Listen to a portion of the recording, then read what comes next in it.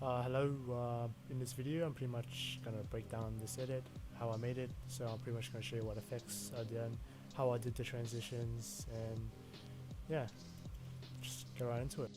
This is the first section of the edit, so the introduction, which is all contained in this one pre-comp right here, named intro. So in this pretty much kinda messy pre-comp right here, messy timeline. So let's just start from the bottom bit. So the zoom in and outs are all done by scaling, connected with these 4 nulls. So I'll edit the scalings and yeah. Oh. So in this pre-comp, it contains the text, which is also done by the scales as well, animated scales, connected, hooked up with the nulls. So yeah, so in this pre-comp right here is the text. So how I made the text appear out of like nowhere, pretty much was masked an invisible area of where you want the text to be invisible in a way, and edit the position, not under transform, editing the position under the range selector, animator, my bad, the animator. So right here, so I also added the opacity as well, which I don't know why that's animated. Anyways, back to the introduction. Back to this pre-comp, my bad. Over here is the borders, editing the borders. I don't know why I split them up. Should have done it under one solid. Felt like it was easier to animate it in different sections. That's why it looks like a mess right now. Also with the shake at the start of the clip, right here. Oop. So what I've done here was done pretty much animated the offset. Not animated actually, just did like added an adjustment layer, 2 adjustment layers actually. Made it last for like 2 frames, a frame and a half, and just added an offset and a fast blur. For here I just done a little detail with the tiny flash and a blur. Start for extra detail to the start of the edit. Oop. So for the after shake, I added an expression shake for it, which is a lot of tutorials online. Find them pretty easy to do, so and very useful as well. So if you're doing these type of edits, very useful. Instead of using the regular sapphire effects and that, yeah. So what? Anyways, so this adjustment layer on the top is pretty much the magic ruler looks and the sharpen, so the color correction. So this last pre-comp right here is the text right here with an overlay that moves into a white solid. So what I did here was use the linear key for this ink overlay right here to make the color, one of the colors, transparent into that. So this adjustment layer is determined at this place to make the text more squiggly in a way, like animated. And this pre-comp contains the text and the shapes.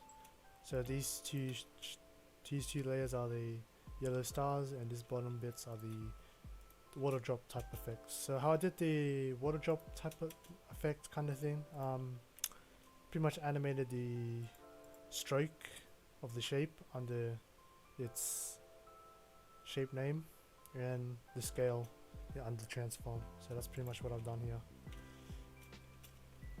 Also another thing, how I done the typewriter type of thing, I pretty much used the one of the presets. I think it's a default preset, so I just use the typewriter right here, the typewriter preset right here, and just added it in and pretty much edited it. I think I covered everything on this pre-composition. So back to the main comp. Let's move on to the middle section of the edit. So for these next few clips right here, it's pretty much repetitive transitions. So half of these clips are mostly shakes in and out, and some of these are like a blurry transition as well here, right here. So for the shakes, I mostly use offsets and a Gaussian blur. I think that's how you pronounce it. For this particular clip, I use Twitch and a Sapphire shake. For some reason, I don't think it really helped, but it's just there anyway. So I also use an expression shake as well to help with that, and yeah. Same with the next clip, offsets and directional blur. And this is also like a blurry transition zooming in into her face. Yes. Yeah, pretty much use the same effects on these next couple of clips. With the text in this clip right here, pretty much copied the text track from this comp into where is it? Here. No wait. Boop. Yeah. I pretty much copied and pasted and changed the text in that. Yeah, didn't really make any major changes besides changing the text and editing the masked shape. So this part of the edit, the motion graphic part, if it loads right here, this part right here is kind of complicated in a way. So pretty much everything's a 3D background. So oh wait, let me fix this real quick. So pretty much I position each shape behind Komi right here. Some shapes behind her and some objects in front of her. So the cloud here and that shape right there is behind her, and this one as well. So everything's pretty much a 3D background. So let me get the top view right here. Top. Oh, what happened here? But now it's here. Whoopsies. Oh, right here. So for instance, this object right here is the cloud. So this one right here is also the cloud. So if I move this, forward, it goes forward towards the camera, and then yeah. Can't really give a good tutorial on this. Or at least I can explain this type of stuff. So it's pretty complicated to explain for me anyway. So these shape layers are pretty much used a blur to blur some of the shapes right here. So if I turn this off, it will just be like a basic circle. I should have added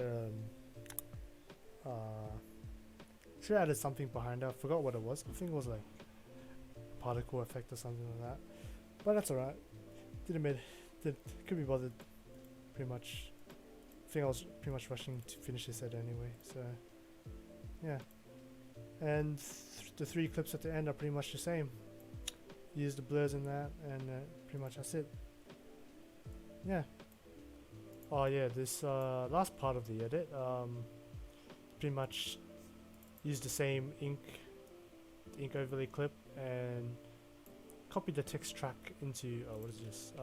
Copy the text track into the same text track from the one at the start, and yeah, put my name. Also added a flicker effect to make it more, I don't know, suiting the mood, I guess, type of thing.